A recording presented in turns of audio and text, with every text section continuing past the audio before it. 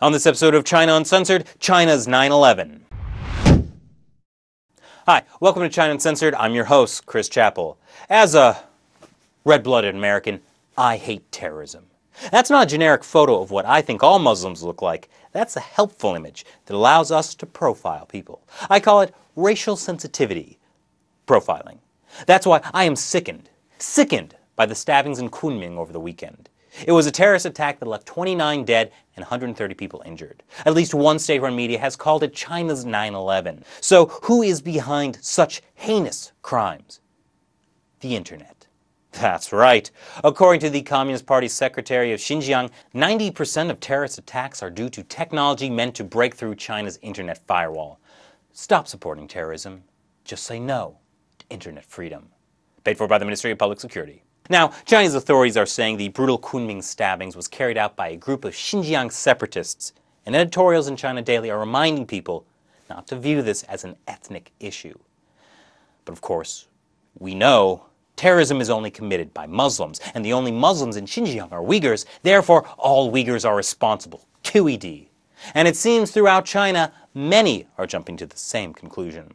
According to Reuters, since the Kunming attack, some businesses and hotels have started turning away Uyghurs. They're getting evicted from apartments and taxi cabs are refusing them rides. But if baseless racial fears aren't enough proof for you, let's look at some of the facts. Eyewitnesses say one of the attackers was a woman wearing a veil. That's what Islamic terrorists wear, I think. Therefore, Uyghur terrorists must also wear veils. It's just logic. Now, some so-called experts might tell you veils aren't a typical part of Uyghur attire, that the knives used were ornate with colorful stones and glass, totally unlike what's used in Xinjiang, or that the flag found at the scene was in the wrong color and language. Instead of the blue flag of East Turkestan, which is what some Uyghurs call Xinjiang, it was black, and instead of being written in Uyghur, it was written in Arabic.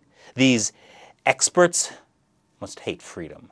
And they're probably also against internet censorship, too. Paid for by the Ministry of Public Security. But you know, that flag is the same kind of flag they found in the terrorist car bombing in Tiananmen Square last October, when another group of terrorist Uyghur Muslims drove their car loaded with 100 gallons of gasoline through the square before erupting in a fiery blaze, killing those involved. Fortunately, authorities were still able to find the flag amidst the smoldering pile of twisted metal, so we could all know it was Uyghurs who did it, and that flags aren't flammable. You know who I really blame for this, though? Xi Jinping. I mean, he's been wasting so much of his time going after former Chinese security czar Zhou Yongkang and all his associates like Li Dongshen, the vice minister of China's Ministry of Public Security and head of the Gestapo-like 610 forces. But clearly, what China needs is stronger internal security with leaders like Zhou Yongkang.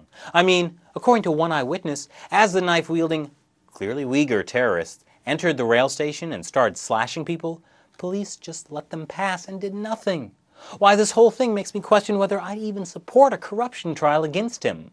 Well, I sure hope they can talk about that at the Two Sessions. That's the biggest meeting of top Chinese leaders that began only 2 days after the Kunming stabbing. Now that I think about it, the October Tiananmen car bombing also coincidentally happened just before another meeting of top Chinese leaders. So, the real tragedy of this is not just the lives lost in a senseless act of violence, but the fact that justice for these people will be so hard to come by. No one in the public really knows for sure who committed this terrible crime or why.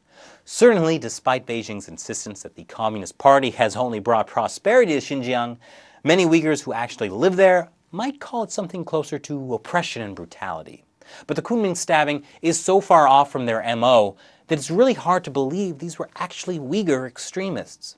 A WikiLeaks cable quoted an American diplomat who said, "When the Uyghurs don't do anything, the government blames them for something." Because the Chinese regime has been caught lying so often, it really makes it hard to know what's going on with something like this that already has so many competing narratives.